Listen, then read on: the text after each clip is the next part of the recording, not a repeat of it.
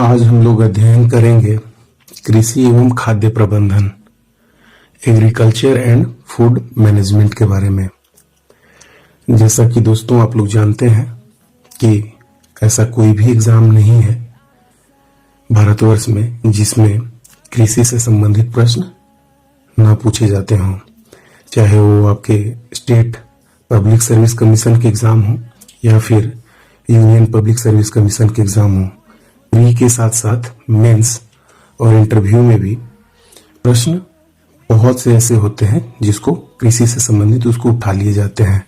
कृषि एक बहुत ही महत्वपूर्ण अध्याय है हमारे विषय, जो प्री और मेंस के दृष्टिकोण से, हमारे एग्जाम के दृष्टिकोण से भी बहुत ही महत्वपूर्ण है और अक्सर एग्जाम में पूछ लिए जाते हैं। इस वीडियो में हम लोग देखेंगे कृषि एवं खाद्य प्रबंधन से संबंधित लगभग सभी महत्वपूर्ण बिंदुओं को और अध्ययन करेंगे कि किस प्रकार से हम अपनी कृषि को सुधार सकते हैं और कृषि को अर्थव्यवस्था में कैसे ऊंचा दर्जा मिल सकता है, उसके बारे में भी एक निर्णय लेने की कोशिश करेंगे। ठीक है, जैसा कि हम लोग जानते हैं कि प्राइमरी सेक्टर, सेकेंडरी सेक्टर और टर्सरी, ये 3 सेक्टर होते हैं। उसमें कृषि का आप जानते हैं कि प्राइमरी सेक्टर में स्थान आता है और किस प्रकार से योगदान होता है। तो ये रही भूमिका। अब हम लोग चलते हैं अध्याय की ओर, जिसमें हम लोग पढ़ेंगे कि किस प्रकार से कृषि एवं खाद्य प्रबंधन में महत्वपूर्ण भूमिका है और कृषि का अर्थव्यवस्था में किस प्रकार से महत्वपूर्ण भूमिका है। वो सारी बातों को अध्ययन करेंगे। देखेंगे कि मौद्रिक दृष्टि से देखें तो भारत के सकल घरेलू उत्पाद जीडीपी में इसका योगदान 17.4% है। वित्तीय वर्ष 1950-51 में यह हिस्सा 55.4% था। तो देखिए, इससे आप क्या समझ रहे हैं।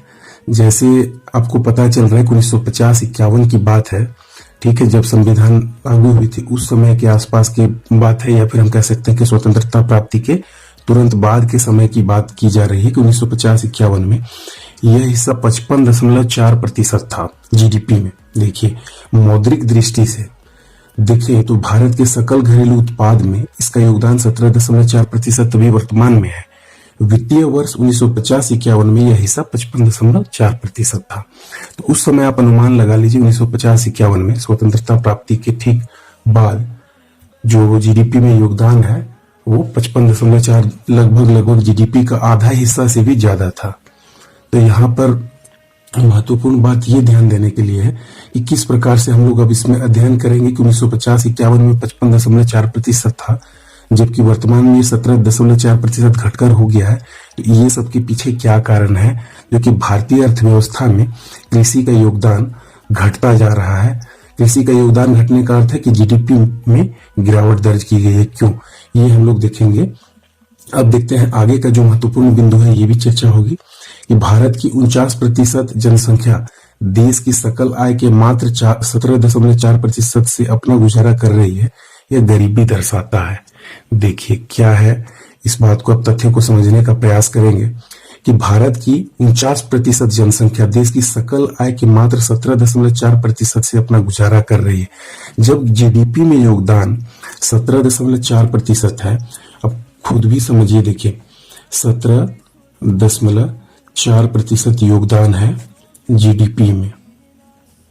ठीक है, जीडीपी में योगदान है 17.4% का, और ये जो योगदान से 49% जो जनसंख्या है वो निवास करती है। भारत की जनसंख्या का 49%, तो आप अनुमान लगा लीजिए लगभग आधी जनसंख्या जो है ये 17.4% जीडीपी पर जी रही है, जीवन यापन कर रही है, यही कहना चाह रही है।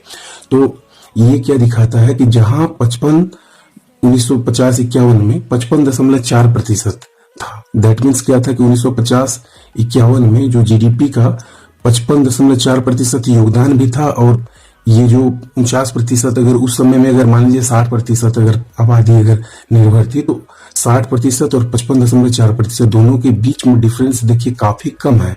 इसका मतलब है कि कृषि पर निर्भरता उस समय जिस हिसाब से ज्यादा थी, 55.4% जीडीपी में योगदान भी था, तो उतना ही लगभग 60% या 65% अब मान लीजिए, या 70% भी मान लीजिए कि जो लोग थे, जनसंख्या के जो 70% लोग थे पूरी उस समय की तत्कालीन जनसंख्या में 1950-51 की बात कर रहा हूं, तो लगभग लगभग दोनों के बीच में डिफरेंस देखिए काफी कम था। लेकिन अब देखिए कि 49% आबादी और ये 17.4 दोनों के बीच में कितना का डिफरेंस है, बहुत ज्यादा डिफरेंस। अगर इसको अगर कुछ समय के लिए अगर मान लिया जाए, देखिए 49 है, इसको आप राउंड फिगर में लीजिए 50, इसको लीजिए आप 20, तो 50 में से 20 माइनस करते लगभग लगभग डिफरेंस आप देखिए 30% का है।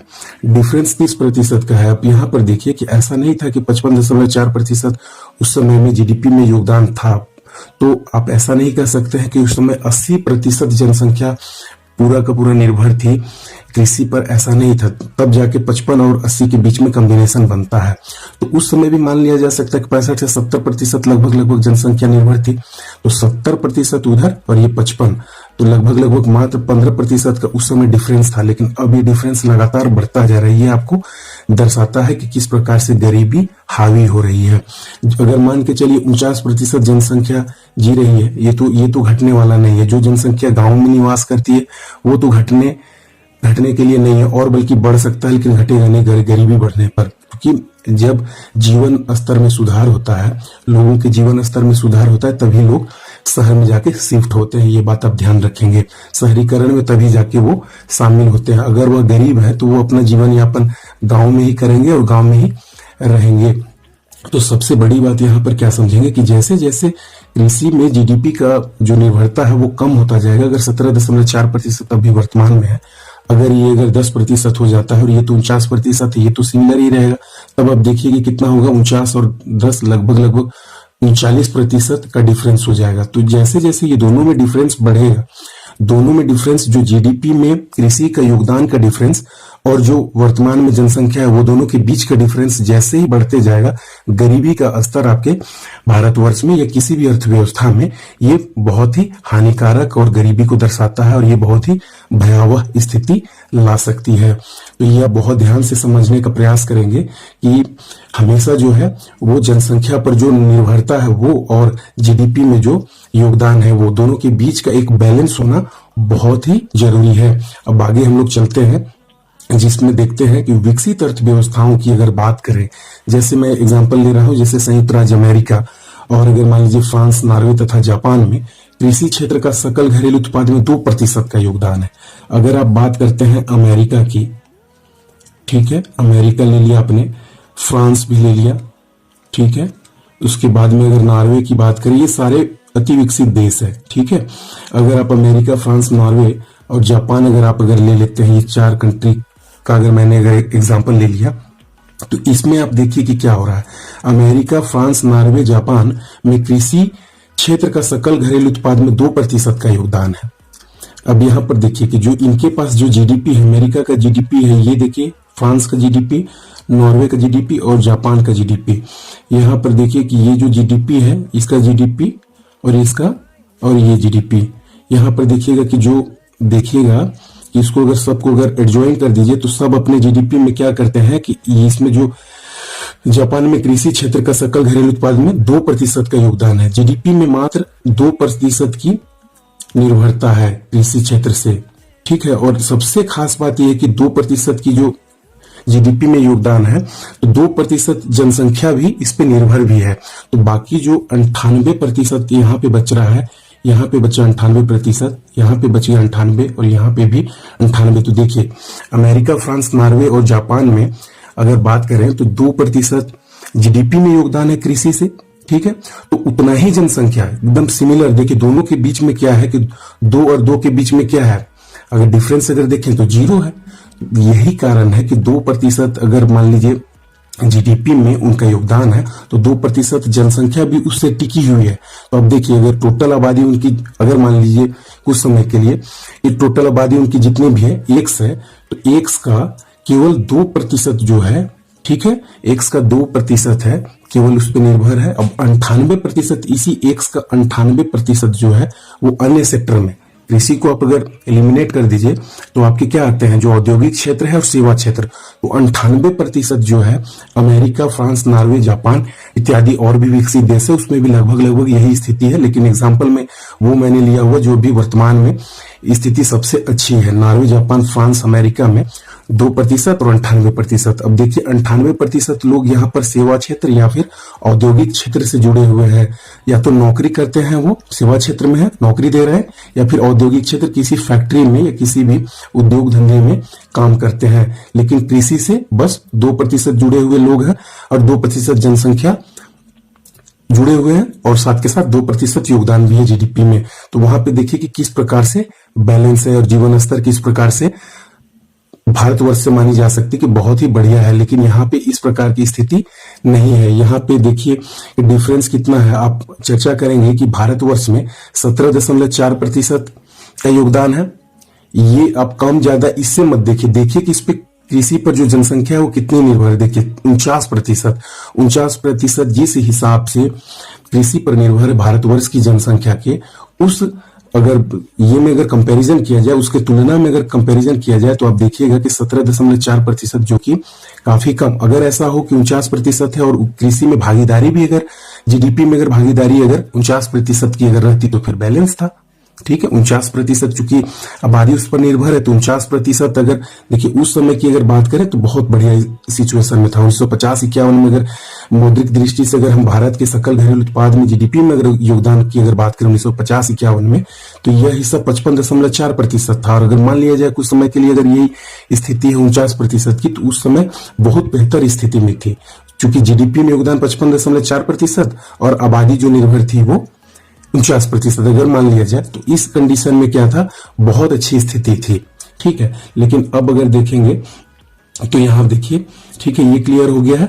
अब यहाँ पर चलेंगे कि खास बात यह है कि 2% जनसंख्या ही अपनी आजीविका के लिए इस क्षेत्र पर निर्भर है। अगर अमेरिका, फ्रांस, नॉर्वे तथा जापान, ये क्लियर हो गया। ठीक है, अब चलते हैं आगे कि कृषि भारतीय अर्थव्यवस्था का न केवल सबसे बड़ा क्षेत्र है बल्कि सबसे मुक्त निजी क्षेत्र भी है। ठीक है, कृषि भारतीय अर्थव्यवस्था का न केवल सबसे बड़ा क्षेत्र है बल्कि सबसे मुक्त निजी क्षेत्र है। तो देखिए सबसे बढ़िया यहां पर समझिए कि मुक्त निजी क्षेत्र क्या होता है। मुक्त निजी क्षेत्र का अर्थ है कि वो ऐसा सेक्टर है जिसमें कि अभी तक टैक्स नहीं लगाया गया है। यह एकमात्र ऐसा क्षेत्र है जिस पर व्यक्तिगत आयकर का भार अभी भी नहीं है। कहने का अर्थ है कि इसमें किसी भी प्रकार का कभी सुने नहीं होंगे कि कोई व्यक्ति अगर किसान है और वह 10 एकड़ 20 एकड़ जितना भी अपना क्षमता से अगर वो लीज पर ले या अपनी ही भूमि हो और वो अपना उत्पादन करके 10, 20 लाख, 50 लाख जितना भी कमाए, लेकिन वो उसको किसी भी प्रकार का टैक्स नहीं देना पड़ता है। लेकिन यही आप अगर सेकेंडरी और टर्सरी सेक्टर में आ जाते हैं जिसमें उद्योग और सेवा क्षेत्र है, तो आपको वहां पर दोनों ही जगह टैक्स देना पड़ता है। जिस रेशियो में आप इनकम करते हैं उसी रेशियो में आपको चुकाना भी पड़ता है। तो यहाँ पर अब हम लोग आगे देखने का प्रयास करेंगे कि भारतीय अर्थव्यवस्था का सबसे बड़ा असंगठित क्षेत्र। अब देखेंगे कि अगर कृषि की अगर बात की जाए नेक्स्ट पॉइंट में, तो भारतीय अर्थव्यवस्था का सबसे बड़ा असंगठित क्षेत्र है। जैसा आप जानते हैं कि जैसे अगर किसी बैंक की बात की जाए, उद्योग धंधे की बात की जाए, सेवा क्षेत्र की बात की जाए, तो यहाँ पर क्या होता है कि कार्य करने के घंटे फिक्स होते हैं कि आपको 8 घंटे काम करने हैं। आपको महीने में छुट्टियां तय होती हैं, घंटे के आवर्स तय होते हैं। ठीक है, आप लोगों के लिए कुछ सुविधाएं तय होती है कि आपको मेडिकल की फैसिलिटीज दी जाएगी, शिक्षा की भी व्यवस्था होती है, स्वास्थ्य की भी व्यवस्था होती है, और जो कार्य करने के घंटे होते हैं वो भी तय होते हैं। तो वैसे क्षेत्रों को हम लोग संगठित क्षेत्र कहते हैं। लेकिन यहाँ पर देखिए भारतीय अर्थव्यवस्था का सबसे बड़ा असंगठित क्षेत्र है। कहने का मतलब ना तो यहाँ पर काम करने के घंटे फिक्स है। किसान देखिएगा कि सुबह लगभग 5 बजे 4:30 बजे भी उठ के खेतों में चले जाते हैं और लगभग शाम के 7 बजे भी आते हैं। उनके काम करने के घंटे फिक्स नहीं हो सकता है, किसी दिन वो 1 घंटे भी काम ना करे उस खेत में और पता चले किसी दिन वो 12 घंटे 16 घंटे भी काम कर रहे हैं उस खेत में। तो असंगठित क्षेत्र है, अर्थात इसमें किसी भी प्रकार का कोई भी नियम संगत नहीं है। केवल जो कालानुक्रम आप मान सकते हैं कि जिस मौसम में जो भी खेती लगानी है उन सब पर तय है। लेकिन आप अगर बात करें संगठित और असंगठित के मैनर में, तो ये एक असंगठित क्षेत्र में आता है कृषि। तो यह भारतीय अर्थव्यवस्था का सबसे बड़ा असंगठित क्षेत्र है। सबसे बड़ा इसलिए चूंकि ये जनसंख्या का लगभग आधी आबादी इस पर निर्भर है। कृषि असंगठित क्षेत्र का कुल श्रम बल का 90% से भी अधिक लोगों को रोजगार प्रदान करती है। देखिए यहाँ पर ये बहुत ही महत्वपूर्ण है, जो कि आपके ऑब्जेक्टिव की दृष्टि से भी, ऑब्जेक्टिव जो आपके एमसीक्यू प्रश्न पूछे जाते हैं उसके हिसाब से भी बहुत ही महत्वपूर्ण प्रश्न मानी जा सकती है कि कृषि असंगठित क्षेत्र का कुल श्रम बल का लगभग 90% से भी अधिक लोगों को रोजगार प्रदान करती है। अन्य असंगठित क्षेत्र से मात्र 3.4% लोग आते हैं। अब अगर बात करें इस पे जनसंख्या निर्भरता की, तो 35 करोड़ लोग कृषि कार्य में लगे हुए हैं वर्तमान में। तो यहाँ पर देखिए, सबसे इंपॉर्टेंट यहाँ पे नोट करना है कि कुल असंगठित क्षेत्र का कुल श्रम बल का लगभग 90% से भी अधिक लोगों को रोजगार प्रदान करती है। तो आपसे अगर प्रश्न अगर पूछ लिया जाए इस प्रकार का, तो आप चुनाव एक तो कृषि को करेंगे कि अगर पूछा जाए कि भारतीय अर्थव्यवस्था का सबसे बड़ा असंगठित क्षेत्र क्या है, तो आप प्रश्न का उत्तर देंगे कि कृषि, भारतीय कृषि के बारे में बताएंगे, कृषि क्षेत्र के बारे में बताएंगे, या प्राइमरी सेक्टर के बारे में बता सकते हैं। तो कृषि असंगठित क्षेत्र का कुल श्रम बल का 90% से भी अधिक लोगों को रोजगार प्रदान करती है। अब यहाँ पर समझिए कि असंगठित क्षेत्र का आप मान लीजिए कुछ समय के लिए सपोज करिए कि 100% आबादी असंगठित क्षेत्र में है, तो उसमें से 90% आपके 100 में से, हर एक 100 में से 90 काम करने वाले जो है वो उस असंगठित क्षेत्र का केवल कृषि कार्य से किसी न किसी प्रकार से जुड़े हुए हैं। अब किसी न किसी प्रकार के आप उसमें देखिए कृषि कार्य से जुड़े हुए भी लोग आते हैं जो कि मान के चलिए कृषि उत्पाद बनाते हैं, ठीक है, वो सब भी कृषि क्षेत्र में ही आते हैं। और शुरू से लेके लास्ट तक, उपज से लेके जो आपका प्रोसेस करने तक, फैक्ट्री के, जैसे मान लीजिए गन्ना का उत्पादन हुआ, तो गन्ना के बीजारोपण से लेके उसके फाइनल पॉइंट डेस्टिनेशन उसका क्या है, जैसे उसका चीनी बन जाना या फिर गुड़ बन जाना या उसके जितने भी उत्पाद बन सकते हैं वो बन जाना, उस वहां तक के स्तर तक को हम लोग असंगठित क्षेत्र में शामिल करते हैं, ठीक है। लेकिन जैसे ही वो उद्योग में चला जाता है तो वो उद्योग में फिर सेकेंडरी सेक्टर हो जाता है, लेकिन वो पहुंचने से पहले तक का जो क्षेत्र है वो असंगठित ही माना जाता है। अब आगे हम लोग चलते हैं। राष्ट्रीय आय में कृषि का योगदान अगर देखें तो लगातार घटने के क्रम में है, ठीक है, जबकि 1950-51 में राष्ट्रीय आय में भी वृद्धि कृषि के कारण ही हो रही थी, जबकि अब देखेंगे कि धीरे धीरे लगातार जो है जैसे जैसे जीडीपी में जो योगदान है 17.4 से और भी अगर घट जाता है, तो ये आप मान के चलिए कि राष्ट्रीय आय भी घटेगी। अगर 17.4 से अगर ये अगर बढ़ जाती है तो आप समझिए कि राष्ट्रीय आय में भी वृद्धि होगी, क्योंकि जनसंख्या तो एक रेशियो के हिसाब से बढ़ती है। उसी हिसाब से अगर राष्ट्रीय आय में अगर हम लोगों को अगर बढ़ाना है तो कृषि क्षेत्र में जो योगदान है उसको, और कृषि क्षेत्र में जीडीपी को सुधारने हेतु प्रयास करने होंगे। अब अगर बात करें औद्योगिक तथा सेवा क्षेत्रों का योगदान जो है निरंतर बढ़ रहा है। अब देखिएगा कि भारतीय अर्थव्यवस्था में ज्यादातर लोग या तो उद्योग धंधों से जुड़ रहे हैं या फिर सेवा क्षेत्र से जुड़ रहे हैं। ज्यादातर लोग आप सुन रहे होंगे कि कुछ लोग जो है किसानी छोड़ के नौकरी कर रहे हैं। तो इससे क्या होता है कि कृषि क्षेत्र में आप समझेंगे कि एक तो जनसंख्या वहां से मूव कर गई, ठीक है, जनसंख्या घटी है, तो ये अगर धीरे धीरे अगर घटते हुए अगर 49% जो है उससे घटते हुए अगर सेवा क्षेत्र की ओर अगर चले गए तो अब देखिएगा कि ये जीडीपी और भी खराब स्तर पे पहुंच सकती है, ठीक है। तो देखिए अब आगे चलते हैं हम लोग, लेकिन आजीविका के लिए देश की 49% जनसंख्या तो आज भी कृषि पर निर्भर है। इस कारण से औद्योगिक एवं सेवा क्षेत्रों से ज्यादा महत्वपूर्ण है। अगर नेपाल का अगर एग्जाम्पल अगर लिया जाए, देखिए नेपाल का अगर कुछ समय के लिए अगर चर्चा करें तो 93% जो लोग हैं वो कृषि कार्य पर निर्भर करते हैं, ठीक है। अगर एक एग्जाम्पल और मैं अगर लेता हूं तंजानिया की, तो तंजानिया में आप देखेंगे कि लगभग 81% जो लोग हैं वो कृषि कार्यों पर लगे हुए हैं। अब देखिए जब 93% यहाँ के लोग कृषि कार्यों में लगे हुए हैं, इसका मतलब है कि मात्र नेपाल में जो 7% लोग हैं ये उद्योग धंधों से जुड़े हुए हैं और साथ के साथ सेवा क्षेत्रों में है। तो अब यहाँ पर देखिए कि इससे क्या आपको पता चला, अगर इस पे अगर एनालिसिस की अगर बात की जाए तो यहाँ पर आपने क्या सीखा कि अगर नेपाल को अगर कुछ समय के लिए अगर एग्जाम्पल में लेते हैं कि 93% लोग यहाँ कृषि क्षेत्र में अगर आ चुके हैं, तो इसका अर्थ ये हुआ कि यहाँ पर आपको नौकरी बहुत ही इजीली मिल सकती है। कैसे, वो देखिए 93% लोग आ गए कृषि में, बचा 7%। अब 7% में आबादी बहुत ही कम होगी, वही लोग 7% में ही जो लोग हैं वो लोग उद्योग धंधों से और सेवा क्षेत्र, इनके लिए तो ये क्या है, बहुत ही मजबूत स्थिति बनती है नौकरी के लिए। अगर नेपाल में ये सरकारी नौकरी की अगर बात की जाए तो विद रेस्पेक्ट टू अगर बात की जाए इंडिया, बहुत ही इजीली यहाँ पे जॉब आपको मिल सकती है, नेपाल के जो स्थानीय निवासी है उनको मिल सकता है। अब देखिएगा कि जिस प्रकार से निर्भरता कम होती जाएगी, अगर 49% जो भारतवर्ष में है, ये जैसे जैसे अगर मान के चले 49 से 48 47 ऐसे करते हुए अगर मान लीजिए घटते हुए क्रम में अगर उल्टा अगर चलने लगे तब क्या होगा। अगर उल्टा अगर चलने लगे तो क्या होगा, यहां से जैसे जैसे ये आबादी कम होगी, निर्भरता जो है उधर के साइड में बढ़ने लगेगी, वो औद्योगिक क्षेत्र और सेवा क्षेत्र में। तो घटने से स्थिति क्या हो रही है वो भी आप समझ पा रहे हैं। अगर ये अगर बढ़ रही है, अगर उद्योग धंधों और सेवा क्षेत्रों से लोग अगर कृषि की ओर अगर पलायन करने लगे तब क्या होगा, ये स्थिति आएगी। जैसे मान लीजिए 49% से अगर मान लीजिए 70% 80% लोग अगर इंडिया में भी ऐसी स्थिति आए कि सभी कृषि कार्य में लगने लगे, ठीक है, तो क्या होगा, वो 20% जो लोग बच जाएंगे वही लोग केवल कॉम्पिटिटिव एग्जाम दे पाएंगे सेवा क्षेत्र के लिए, या फिर आपको उद्योग धंधों में जॉब के लिए अप्लाई करेंगे, बहुत इजीली होगा। लेकिन भारतवर्ष में एक तो आबादी, घनी आबादी है, ठीक है, बहुत ज्यादा आबादी होने के कारण आप देखेंगे कि किस प्रकार से सरकारी नौकरियों और साथ के साथ आप देखेंगे कि उद्योग धंधों में एक प्राइवेट जॉब के लिए भी किस प्रकार से मारामारी है।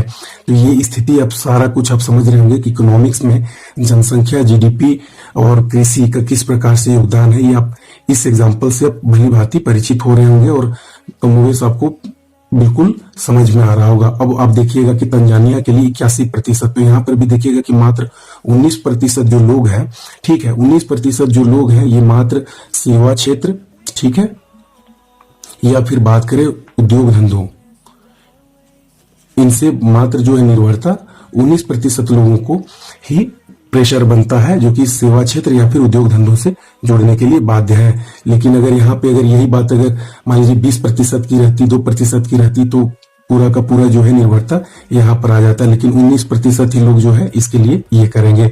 ठीक है, तो अब चलते हैं आगे।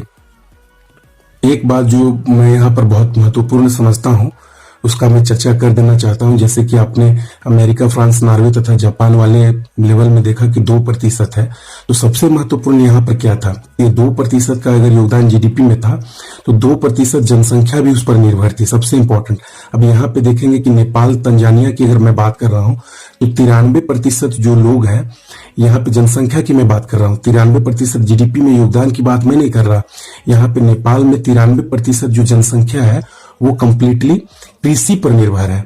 तो जनसंख्या सबसे बड़ा फैक्टर तो जनसंख्या है। जनसंख्या अगर 93% अगर उस पर अगर खप चुकी है, उस पर अगर कंप्लीटली अगर निर्भर है, तो आपके 7% ही आबादी बची। जबकि अगर अमेरिका, फ्रांस, नॉर्वे तथा जापान की अगर आप बात करते हैं तो 2% जो है जीडीपी में योगदान है, तो मात्र 2% जनसंख्या इस पर डिपेंडेंट है। कोई प्रकार का कंफ्यूजन आपको नहीं होना चाहिए कि 2% जो जनसंख्या है मात्र इस पर डिपेंडेंट है। तो 98% जनसंख्या बच गया। वो 98% जनसंख्या या तो किसी न किसी तरीके से सेवा क्षेत्र में है या फिर उद्योग धंधों में है। तो आप सोच रहे होंगे यहाँ पर कि 98% लोग हैं, तब तो बहुत ज्यादा ही मुश्किल है सेवा क्षेत्र में आना या फिर ये करना। ऐसा नहीं है, 2% का जीडीपी में योगदान है, तो आप इससे ये देखिए जीडीपी में कितना कम योगदान है, मात्र 2% का योगदान है। तो आप ये देखिए कि जीडीपी जो बन रहा है वो कृषि क्षेत्र से, ये देखिए अमेरिका, फ्रांस, नॉर्वे तथा जापान में कृषि का बहुत ज्यादा अहम रोल वहां पर नहीं है। ठीक है, वहां पर बहुत ज्यादा अहम रोल जीडीपी में मात्र 2% का योगदान है। जीडीपी में जैसे जैसे आपका निर्भरता बढ़ती जाती है, जैसे जीडीपी आपकी 2% है, मतलब बहुत नगण्य है, इससे कोई फर्क नहीं पड़ता। 2% जनसंख्या, 2% का जीडीपी, कोई भी फर्क नहीं पड़ता। 98% तो जो आपकी जीडीपी है वो या तो सेवा क्षेत्र से आ रहा होगा जीडीपी का, या फिर उद्योग धंधों से आपको प्राप्त हो रहा है टैक्स के रूप में या किसी भी रूप में। ठीक है, वहां से आपको अर्न हो रहा है। तो ये 2% जनसंख्या अगर बैठ भी जाती है और योगदान अगर नहीं भी मिलता है तो भी यहाँ की स्थिति खराब नहीं होगी। लेकिन यहाँ पर आप समझिए 93% जनसंख्या, खूब ध्यान से समझना होगा आपको कि 93% जनसंख्या जो है कि फुली डिपेंडेंट है नेपाल में, कहाँ की ओर, कृषि क्षेत्र की ओर। अब कृषि क्षेत्र में डिपेंडेंसी 93% है, तो 7% आपकी बचती है किस क्षेत्र की ओर, जो उद्योग धंधे और वहां के लिए। तो आप यहां भी समझ सकते हैं कि नेपाल में अगर 93% अगर लोग अगर हैं, तो आप समझिए कि जीडीपी भी बहुत हाई लेवल पे योगदान इस पे जाता होगा। अंदाज से भी मैं बता रहा हूं कि अगर 93% लोग अगर काम कर रहे हैं तो आप इतना मान के चलिए कि इसमें कृषि क्षेत्र से जो जीडीपी की अगर बात अगर की जाए तो कम से कम जैसे 49% में आप मानते हैं, 17.4% अभी वर्तमान में भारतवर्ष में मान के चलते हैं। ठीक है, इस रेस्पेक्ट में भी आप अगर देखेंगे तो लगभग दोगुना है, 17 दूना 34 से भी बहुत ज्यादा हाई होगा ये, कम से कम इतना भी होगा। मैं अंदाज से भी बता रहा हूँ कि डाटा अभी मेरे पास ये नहीं है कि कितना नेपाल में है, लेकिन मैं अंदाज से बताता हूँ, आप गूगल में भी कर सकते हैं कि अगर 93% जनसंख्या अगर फुली अगर डिपेंडेंट है, 7% की बात हो रही है, तो आप मान के चलिए कि लगभग आप मान के चलिए 70 से 80% जो है जीडीपी में योगदान इसी क्षेत्र से होगा। 70-80 अगर नहीं भी है तो 60 एकदम होगा ही होगा। आप इससे भी अनुमान लगा लीजिए। 1950, 51 में 55.4% तो भारतवर्ष में था ही था। लेकिन नेपाल की अगर बात करें तो नेपाल भी अभी लोकतंत्र बने बहुत ज्यादा दिन नहीं हो रहे हैं, पहले तो राजशाही ही चल रहा था। उसी तरीके से तंजानिया में भी अगर आप समझें 81% जनसंख्या डिपेंडेंट है, तो इसमें भी आप समझ सकते हैं कि हाई जो जीडीपी है, कृषि क्षेत्र से जीडीपी में जो योगदान है वो हाई लेवल पर है। जैसे ही मान के चलिए ये अगर थोड़ा सा भी फ्लक्चुएट अगर होता है तो जीडीपी फ्लक्चुएट करेगा। सबसे इंपॉर्टेंट यहाँ पर मैं क्या आपको समझा रहा हूं और आपको समझना चाहिए वो समझिए निर्भरता के बारे में। जो जीडीपी में आप निर्भरता की आप बात अगर देख रहे हैं अमेरिका, फ्रांस, नॉर्वे तथा जापान में, तो कोई फर्क नहीं पड़ेगा कि वहां पर कुछ समय के लिए अगर कृषि कार्य को रोक दिया जाए या किसी कृषि कार्य को अगर हटा भी दिया जाए तो कोई भी फर्क नहीं पड़ेगा, क्योंकि जीडीपी में योगदान 2%, साथ के साथ जो जनसंख्या है वो भी डिपेंडेंट भी 2%, तो यहाँ पर कोई भी फर्क नहीं पड़ता है। लेकिन अगर बात करें कुछ समय के लिए कि अगर यहाँ की स्थिति तो पूरा डमाडोल हो जाएगी, और यहाँ अगर भारत की अगर बात की जाए तो ये भी डमाडोल होगी, क्योंकि 17.4% भी कुछ कम नहीं होती है। ठीक है, जीडीपी का 17.4% वो भी भारतवर्ष के रेस्पेक्ट में, तो ये बहुत बड़ा है। जबकि 0.12 की गणना की जाती है तो ये तो 17.4% है पूरा का पूरा। जो हम अगर बात करेंगे भारत की अर्थव्यवस्था तो पूरी की पूरी भारत की अर्थव्यवस्था चौपट हो जाएगी अगर इसमें किसी भी प्रकार का अगर छेड़छाड़ अगर होता है तो। लेकिन यहाँ कोई भी फर्क नहीं पड़ेगा। तो आप यहाँ पर समझ रहे हैं कि जीडीपी में किस प्रकार से फर्क पड़ता है जनसंख्या के बढ़ने से, साथ के साथ आप ये देख रहे हैं कि किस प्रकार से ये कम या ज्यादा होता है। तो दोनों के बीच में मेन आपको ध्यान देना है कि जनसंख्या जो है वर्तमान में जनसंख्या जो किसी भी अर्थव्यवस्था में है वो जनसंख्या प्लस में आप देखेंगे कि जीडीपी में जो योगदान है, दोनों के बीच में अगर मान लीजिए कि अगर बैलेंस अगर बना हुआ है, मान लीजिए यहाँ कुछ समय के लिए अगर 5% का योगदान रहता है और 5% लोग ही अगर जनसंख्या पर भी डिपेंडेंट रहते, उसी तरीके से अगर सिमिलर अगर रहता दोनों के बीच में, तो ये स्थिति ऐसी होती है कि जिसमें आप समझ सकते हैं कि जितना जीरो की ओर ये इंक्रीज कर रहा है, देखिए जीरो के जितने नजदीक ये आ रहा है उतना ही समझिए कि डिपेंडेंसी घट रही है। लेकिन ये जैसे जैसे बढ़ता जाएगा, अगर जीरो से अगर दूरी अगर बढ़ रहा है, आप ये ध्यान से समझिए, ग्राफ में भी समझ सकते हैं कि 2 से लेकर अगर मान लीजिए 20% योगदान रहता है और 20% जनसंख्या भी इस पे डिपेंडेंट रहता, तो आप देख सकते हैं कि ये फर्क पड़ सकता था। 20% से ये जीडीपी जैसे ही कम होती ये जनसंख्या पर प्रभाव पड़ता। तो आप देखिए कि जनसंख्या पर प्रभाव को आपको समझना पड़ेगा।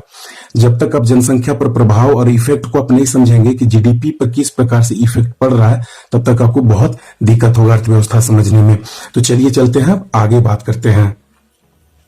अब आइए हम लोग देखते हैं कि वर्तमान में भारतीय अर्थव्यवस्था में कृषि का किस प्रकार से योगदान है और किस प्रकार से उत्पादन अभी प्रभावित कर रहा है। पीआईबी रिपोर्ट के बारे में भी हम लोग देखेंगे, जो प्रेस इंफॉर्मेशन ब्यूरो जो कि नई दिल्ली में है और भारत की एक मानक समाचार एजेंसी है मानी जा सकती है पीआईबी, जिसको कि आप लोग बहुत सारे यूनियन पब्लिक सर्विस कमीशन के विद्यार्थी बहुत बढ़िया तरीके से जानते होंगे कि यह जो रिपोर्ट देती है 100% बिल्कुल तथ्य सहित होते हैं, तथ्यहीन नहीं होते। ठीक है, तो चलते हैं हम लोग पीआईबी का रिपोर्ट भी देखेंगे कि किस प्रकार से पीआईबी ने खाद्यान्नों से संबंधित एक रिपोर्ट जारी 2019-20 में किया है, जिसके बारे में भी हम लोग अध्ययन करेंगे। अब देखिए हम लोग चलते हैं नेक्स्ट पॉइंट पे और आगे चर्चा करते हैं कि भारत कुछ उत्पादनों के मामले में महत्वपूर्ण कृषि निर्यातक देश के तौर पर उभर कर सामने आया है। जैसे आप देखेंगे कपास, चावल, घी, तेल, मसाला, चीनी वगैरह। ये तो आप जानते होंगे कि जहां तक बात है मसाले की, तो ये आप जानते होंगे कि पुर्तगाल के समय से ही, जब पोर्तुगीज आए थे पुर्तगाली, उस समय से मसाला हमारे देश में प्रसिद्ध निर्यातक के रूप में रहा है। तो भारत कुछ उत्पादनों के मामले में महत्वपूर्ण कृषि निर्यातक देश के तौर पर उभरकर सामने आया है, जो है कपास, चावल, गिरी, तेल, मसाला, चीनी वगैरह। तो अब यहाँ पर बात करेंगे हम कुछ महत्वपूर्ण तथ्यों के बारे में और समझने का प्रयास करेंगे फिर से कि आयात और निर्यात जो है किस प्रकार से किसी भी अर्थव्यवस्था में महत्वपूर्ण रोल प्ले करता है। तो सबसे पहले हम यहाँ पर आगे चल के हम एग्जाम्पल भी देखेंगे, उसको मैं कंप्लीटली डिटेल से मैथमेटिकल एनालिसिस के द्वारा आपको मैं समझाऊंगा कि किस प्रकार से आप समझ सकते हैं। देखिए छठा पॉइंट्स में आपको समझना है कि विशेषज्ञों के अनुसार कृषि का भारत के औद्योगिक विकास तथा राष्ट्रीय आय से गहरा संबंध है। देखिए सीधी सी बात है कि आप एक प्रिंसिपल और थ्योरी आप याद रखेंगे, और थ्योरी क्या है वो आप देखिए। कृषि उत्पादन में 1% की वृद्धि अगर हो रही हो, तो हम बात करें भारतीय अर्थव्यवस्था के संदर्भ में, ये प्रिंसिपल और थ्योरी भारतीय अर्थव्यवस्था के संदर्भ में बात करें कि कृषि उत्पादन में 1% की वृद्धि से तो परिणाम यह होगा कि औद्योगिक विकास 0.5% की वृद्धि के साथ साथ राष्ट्रीय आय में 0.7% की वृद्धि होगी। ये आप बिल्कुल याद कर लेंगे कि अगर कृषि उत्पादन में अगर 1% की वृद्धि अगर हो रही हो, ठीक है, भारतीय अर्थव्यवस्था के संदर्भ में बात कर रहा हूं कि अगर कृषि उत्पादन में 1% की वृद्धि हो गई तो परिणाम उसका जो फलतः आप देखेंगे कि औद्योगिक विकास साथ के साथ ठीक जस्ट हाफ बढ़ जाएगा। ठीक है, उसी प्रकार से अगर कृषि उत्पादन में अगर 10% की अगर वृद्धि हुई तो इस प्रिंसिपल के अनुसार क्या होगा, औद्योगिक विकास 10 की जगह यहाँ पे 5% की वृद्धि होगी। तो आपसे प्रश्न पूछा जा सकता है कि अगर किसी वित्तीय वर्ष में अगर कृषि उत्पादन में अगर 15% की वृद्धि हुई तो परिणामतः औद्योगिक विकास पर क्या प्रभाव पड़ेगा, या कितना बढ़ेगा या घटेगा। तो आप यहाँ पर देखिए कि अब बढ़ेगा या घटेगा, ये तो आप जान ही रहे कि कृषि उत्पादन जैसे बढ़ेगा ये भी ग्रोथ करता है और ये लगभग आधा ग्रोथ करता है। तो यहाँ पर अगर 15% अगर बढ़ने का प्रश्न अगर आपसे अगर पूछ लिया गया है तो आप कहेंगे कि ये 7.5% या 7.5% की वृद्धि दर्ज की जाएगी औद्योगिक विकास में। और उसी समय में ये 1% है तो ये आप देखेंगे कि 0.7% है। मतलब क्या है, 1% का ये 0.7, ये तो देखिए इसका 50% है, एक का ये 50% है, लेकिन ये 70% है। 0.7 है तो 70% है। तो आपसे अगर पूछ लिया जाए कुछ समय के लिए कि अगर किसी समय ऐसा हुआ कि 2% है, 2% की वृद्धि अगर दर्ज की गई कृषि उत्पादन में, यहाँ पे मैं आपको पूरा कंप्लीट यहाँ पे मैं समझा दे रहा हूं कि मैथमेटिक्स आप किस प्रकार से यहाँ पे बना पाएंगे, मैथमेटिकल एनालिसिस कर पाएंगे, उसको ध्यान से देखिए। 2% की कृषि क्षेत्र में वृद्धि दर्ज की गई किसी वित्तीय वर्ष में, मान लीजिए, ठीक है, वो चाहे 2019-20 हो, 2018-19 हो, 2017-18 हो, कुछ भी वर्ष आपका हो सकता है 1 से y लेके। तो यहाँ पर आप मान लीजिए कि कुछ समय के लिए कि यहाँ पे 1 से y जो है ये वित्तीय वर्ष है 2019-20, कुछ भी आप रख सकते हैं। तो इसमें आप देखेंगे कि आपसे अगर पूछ लिया जाए कि राष्ट्रीय आय कितनी बढ़ेगी, तो यहाँ पे आप आंख बंद करके लिखेंगे कि 1.4% बढ़ेगा। बोलिए कैसे, तो यहाँ पर देखिए 0.7% यहाँ पे प्रिंसिपल लाइन है कि जैसे कृषि उत्पादन में 1% की वृद्धि हो तो औद्योगिक विकास जो है 0.5%, 50% इंक्रीज करता है, और ये 70% आपका इंक्रीज करता है। 0.7% मीन्स 70% इंक्रीज करता है। ठीक है, तो यहाँ पे ध्यान दीजिएगा कि यहाँ पे परसेंट डबल हो रहा है। ठीक है, 1% में 0.5% है, यहाँ पे 0.7%, लेकिन अगर परसेंटेज को आप अगर कुछ समय के लिए एलिमिनेट करते हैं तो जो डेटा है वो जस्ट हाफ है और ये 70% है। तो यहाँ पर आप 70% से आप कंफ्यूज मत होइएगा। ठीक है, ये मैथमेटिकल एनालिसिस है कि यहाँ पे देखिए, या फिर आप साधारण शब्दों में समझिए कि 0.7 आपको 1% में मिल रहा है, तो 2% के लिए पूछे तो 0.7 को आप 2 से मल्टीप्लाई करिए, सीधा आपका आंसर आ गया। उतना आपको दिमाग लगाने की आवश्यकता नहीं है, 1.4% आ गया। 3% अगर पूछे तो 0.7 इंटू 3, 7 3 21, 2.1%। अगर 3% की अगर किसी वर्ष में अगर कृषि क्षेत्र में अगर उत्पादन में अगर वृद्धि हो गई, ठीक है, तो आप क्या करेंगे, 0.7 इंटू 3 करेंगे तो क्या होगा, 3 7 21, 2.1% की वृद्धि दर्ज की जाएगी राष्ट्रीय आय में। और औद्योगिक विकास में आप देखेंगे कि 3 है तो यहाँ पे जस्ट आप 1.5% आप लिख सकते हैं। 1.5% जो है वो उद्योग के क्षेत्र में वृद्धि दर्ज की जाएगी। तो ये आप बिल्कुल याद कर लेंगे। अब हम लोग आगे चलते हैं और देखते हैं कि क्या महत्वपूर्ण फैक्ट्स है जो कि कृषि रिलेटेड है, कृषि अर्थव्यवस्था में महत्वपूर्ण है। यदि भारत के कुल निर्यात में कृषि क्षेत्र के योगदान में 1% की वृद्धि हुई हो तो इस क्षेत्र में प्रवाहित होने वाली मुद्रा लगभग 8500 रुपए परिकलित की गई है। परिकलित का अर्थ गणना की जाती है। तो ये आप याद रखिएगा कि यदि भारत के कुल निर्यात में, आपसे प्रश्न पूछा जा सकता है प्री में भी कि या फिर मेंस में भी, कृषि अर्थव्यवस्था से संबंधित अगर है तो ये महत्वपूर्ण फैक्ट्स को आप लिख सकते हैं। मैं कोई भी वीडियो को ऐसे बनाता हूं जिसमें कि आप मेंस के दृष्टिकोण से बहुत बढ़िया तरीके से आप लिख सकें। ये आप मत समझिए कि ऑब्जेक्टिव में लेके आ रहा हूं, जो भी अभी मैं वीडियो लेके आ रहा हूं ये सब के सब सब्जेक्टिव से रिलेटेड है और आपके मेंस के दृष्टिकोण से, और जो तथ्य हैं वो आपके इंटरव्यू के भी दृष्टिकोण और मायने बहुत रखते हैं, और इसको आप बिल्कुल याद रखेंगे और समझने का भी बिल्कुल प्रयास करेंगे। अब आगे देखिए कि दुनिया की तुलना में भारत की कई फसलों का उत्पादन घट गया है। अगर बात करें, हालांकि यह स्थिति धीमी गति से सुधर रही है। अब अगर बात करें आगे, कम से कम 66.1%। जब हम लोग देखते हैं इंपॉर्टेंट एक चार्ट है, टेबल, जिसमें 2019-20 से संबंधित डाटा है, जो कि प्रेस इंफॉर्मेशन ब्यूरो भारत सरकार द्वारा जारी की गई है। ठीक है, इसमें अनुमानित उत्पादन के बारे में बताया गया है, जो कि लगभग बिल्कुल सही ही होता है। जो पीआईबी द्वारा दी गई अनुमानित उत्पादन है वो आप एक्चुअल भी मान सकते हैं, क्योंकि वो जो अनुमानित उत्पादन होता है वो सभी पिछले डाटा का एनालिसिस के बाद ही होता है। तो आप देखेंगे कि खाद्यान्न में बताया गया है पीआईबी की रिपोर्ट में, जिसको फूड ग्रेन्स कहते हैं, ये 291.95 मिलियन टन है, जो कि रिकॉर्ड है अपने आप में। मतलब रिकॉर्ड जहां जहां 3-3 में लिखे हुए, जैसे खाद्यान्न में चावल और गेहूं है, इसमें रिकॉर्ड लिखा हुआ है। गेहूं में भी 106.21 मिलियन टन रिकॉर्ड लिखा हुआ है। इसका क्या अर्थ है ये मैं समझा देता हूं आपको। रिकॉर्ड का अर्थ है कि पिछले साल से ये बढ़कर है। ठीक है, ये अपने आप में रिकॉर्ड बन जाता है।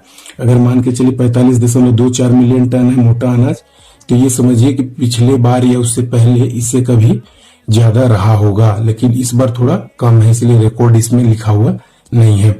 अब यहाँ पर देखिए मिलियन टन के बारे में आप एक बात समझ लीजिए कि मिलियन टन होता कितना है, क्योंकि आप याद तो करेंगे, केवल रटना ही यहाँ पर मेरा वीडियो बनाने का ये मकसद नहीं रहता कि केवल आप तथ्यों को याद कर लीजिए, रट लीजिए। समझने से ही आपकी क्षमता में विकास हो सकता है। इसलिए मैं चाहता हूं कि आप में समझ ऐसी विकसित हो कि आप अपने से भी तथ्यों को समझ सकें। अब यहाँ पर देखिए मिलियन टन क्या होता है। सबसे पहले तो आप यहाँ पर समझिए मिलियन, 1 मिलियन का अर्थ हुआ आपका 10 लाख। ठीक है, 1 मिलियन का अर्थ हुआ 10 लाख। अब यहाँ पे टन भी लिखा हुआ है, तो टन का अर्थ है 1000 किलोग्राम। अब यहाँ पे देखिए 10 लाख को आप ऐसे भी लिख सकते हैं, 10 लाख इज इक्वल टू 10 का पावर 6 किलोग्राम। आप याद रखेंगे कि 10 का पावर 6 किलोग्राम जो है वो 10 लाख के बराबर होता है। ठीक है, अब यहाँ पे 1000 किलोग्राम को हम लिख सकते हैं 10 का पावर 3 किलोग्राम। अब दोनों को मल्टीप्लाई कर दीजिए, आपका 1 मिलियन टन आ जाएगा। 1 मिलियन टन को हम एमटी लिख लेते हैं कुछ समय के लिए, ये मीट्रिक टन नहीं है, आप याद रखिएगा। मीट्रिक टन आपका 1000 किलो को ही कहा जाता है मीट्रिक टन। आपसे अगर पूछा जाए 1 मीट्रिक टन कितना होता है तो 1000 किलो। ठीक है, आप ऐसे चेक करके भी गूगल में आप देख सकते हैं कि मीट्रिक टन आपका क्या वैल्यू देता है। तो यहाँ पर आप देखिए 1 मिलियन टन में क्या होगा कि 1 मिलियन में हो गया 10 का पावर 6 और 1 टन में हो गया 10 का पावर 3। तो यहाँ पर कितना हो जाता है 10 का पावर 6 और 3। अब जानते होंगे कि पावर जब मल्टीप्लाई में रहता है और बेस सेम रहता है, तो आप मैथमेटिक्स में जानते होंगे कि बेस के सेम रहने पर पावर ऐड हो जाता है, तो ये 6 + 3 हो जाएगा। या फिर आप यूं समझे कि 10 का पावर 6 को जब आप ओपन करके लिखेंगे तो 10 × 10 × 10 6 टाइम्स, इंटू 10 का पावर 3 को 10 × 10 × 10 3 टाइम्स। जब आप एडजॉइन करके लिखेंगे तो 10 का पावर 9 आ जाएगा। ठीक है, वैसे भी आप समझिए, या फिर समझिए जो जनरल फॉर्मूला होता है कि बेस सेम रहने पे पावर ऐड हो जाता है। ये मैथमेटिक्स में आप लोगों ने पढ़ा है। अब 6 + 3 10 का पावर 9, तो यहाँ पर हो जाएगा 10 का पावर 9 किलोग्राम, जिसको कि हम 1 अरब भी पढ़ते हैं। तो ये होता है 10 का पावर 9। आप कैलकुलेशन भी कर लीजिए, 1 लिख के आप 8 जीरो दीजिए, 9 जीरो। 10 का पावर 9 है तो 9 जीरो देना है। आप इतना ही समझिए कि 10 का पावर जितना भी रहेगा, जैसे 10 का पावर 3 है तो 1 देके 3 जीरो, उसी प्रकार से 10 का पावर 9 है तो 1 देके 9 जीरो पड़ेगा। काउंट कर लीजिए, आपका लगभग 1 अरब आता है डाटा। ठीक है, तो यहाँ पर क्या खास बात आपको ध्यान देना है कि किस प्रकार से यहाँ पर खाद्यान्न जो है फूड ग्रेन्स में 291.95 मिलियन टन का उत्पादन हुआ है 2019-20 में। ये पीआईबी का रिपोर्ट है। तो इसका अर्थ क्या हुआ कि 2019-20 में अगर बात की जाए तो जो खाद्यान्न है फूड ग्रेन्स वो 291.95 और ये चूंकि मिलियन टन है तो 1 मिलियन टन का हम यहाँ पे वैल्यू रख देंगे। 1 मिलियन टन बराबर 1 अरब किलो या फिर 10 का पावर 9 केजी।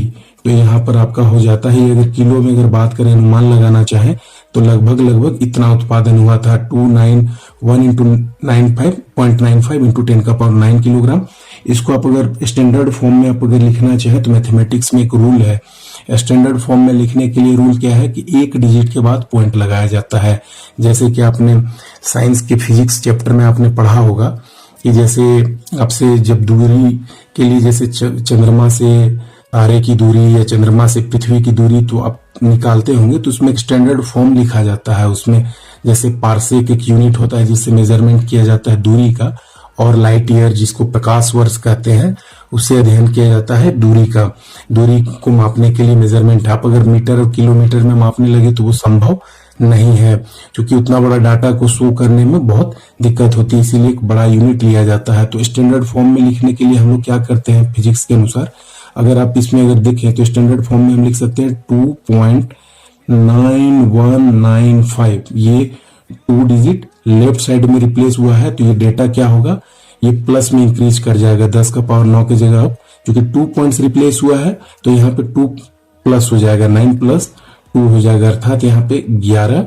अब 10 का पावर 11 किलोग्राम होगा स्टैंडर्ड फॉर्म में। 2.9195 इंटू 10 का पावर 11 किलोग्राम। ये बहुत बड़ा डाटा हो जाता है, ठीक है। जैसे आप लाइट का स्पीड भी इसी प्रकार से पढ़ते होंगे, 3.0 इंटू 10 का पावर 8 मीटर पर सेकेंड, जो कि लाइट की स्पीड के बारे में। तो यहाँ पर साइंस में नहीं पढ़ा रहा हूँ इसलिए इसमें विस्तार से चर्चा मैं नहीं करूंगा, लेकिन एक अनुमानित मैं बता दे रहा हूँ विस्तृत रूप से कि अगर मिलियन टन को आप अगर समझना चाह रहे हैं तो ये लगभग अगर स्टैंडर्ड फॉर्म में देखें तो 2.9195 इंटू 10 का पावर 11 किलोग्राम के बराबर होगा अगर बात की जाए इस वाले डाटा की। तो उसी प्रकार से आप समझ सकते हैं, साधारण शब्दों में तो आप समझ रहे हैं कि लगभग 10 का पावर 9 किलोग्राम 1 अरब किलो के बराबर है। तो यहाँ पर जितने भी डाटा आपके दिए हुए हैं, जैसे गेहूं के उत्पादन में 106.21 मिलियन टन है तो 106.21 गुने 1 अरब करेंगे तो लगभग वो किलोग्राम में आ जाएगा, ठीक है। बहुत लार्ज अमाउंट होगा वो। मोटा अनाज, जैसे आप समझते होंगे मोटा अनाज की जब बात होती है कृषि में तो मोटा अनाज में आप समझते होंगे जैसे आप घर में जैसे ज्वार बाजरा, ठीक है, ज्वार बाजरा आपने सुना होगा, मड़ुआ जिसे रागी भी कहा जाता है। तो रागी जो फसल होती है वो मोटे अनाज में ही होती है। और मोटा अनाज के बारे में आप ये भी जानते हैं कि ये हाई एनर्जेटिक होती है, ठीक है। जैसे चावल और गेहूं की तुलना में उसमें एनर्जी हाई होती है, इसीलिए इसको मोटा अनाज कहा जाता है। अब ज्वार के बारे में देख लीजिए, 28.08 मिलियन टन, दाल 23.02 मिलियन टन, तूर की बात की जाए, चना की बात की जाए तो 11.22 मिलियन टन, ठीक है। तिलहन की बात की जाए 34.19 मिलियन टन का उत्पादन हुआ। सोयाबीन का 13.63 मिलियन टन। सरसों या फिर दूसरे शब्दों में अगर सरसों के अलावा अगर रेपसीड की बात की जाए, रेपसीड की, तो 9.11 मिलियन टन का उत्पादन हुआ था। मूंगफली 8.24 मिलियन टन का। अब देखिए ये तो हुए तिलहन में, सोयाबीन, सरसों और मूंगफली। अब अगर बात करें खाद्यान्न में तो खाद्यान्न में आपके इतने आते हैं, चावल गेहूं मोटा अनाज ज्वार दाल और तूर, इस तरीके के आते हैं, चना, ये सब आते हैं खाद्यान्न में। लेकिन अगर तिलहन की बात की जाए तो सोयाबीन, सरसों, रेपसीड और मूंगफली और कपास की अगर बात की जाए जिसे आप क्लोथ के लिए मैन्युफैक्चरिंग के लिए सबसे ज्यादा यूज होता है, तो ये देखिए ये बहुत ही महत्वपूर्ण है। 34.89 मिलियन टन का उत्पादन हुआ था 2019-20 में, अनुमानित है। अब यहाँ पर एक चीज देखेंगे कि मिलियन गांठ में लिखा हुआ है, मिलियन टन नहीं है, सॉरी। कपास का जो मेजरमेंट किया जाता है, कपास के उत्पादन का मेजरमेंट कपास और जूट का, ये आप हमेशा याद रखेंगे मिलियन गांठ में किया जाता है। अब मिलियन गांठ क्या होता है ये आप देखिए कि 170 किलोग्राम जो है प्रति गांठ होता है, एक गांठ में 170 किलो का आता है। उसके बाद में जूट की बात की जाए तो 9.81 मिलियन गांठ का उत्पादन 2019-20 में अनुमानित है, और ये एक गांठ में 180 किलोग्राम के आसपास होता है। गन्ने की अगर बात की जाए तो 353.8 8.5 मिलियन टन का उत्पादन। तो यहाँ पर देखेंगे कि सबसे ज्यादा अगर उत्पादन की अगर बात की जाए तो गन्ना का उत्पादन 353.85 मिलियन टन गन्ना के उत्पादन की बात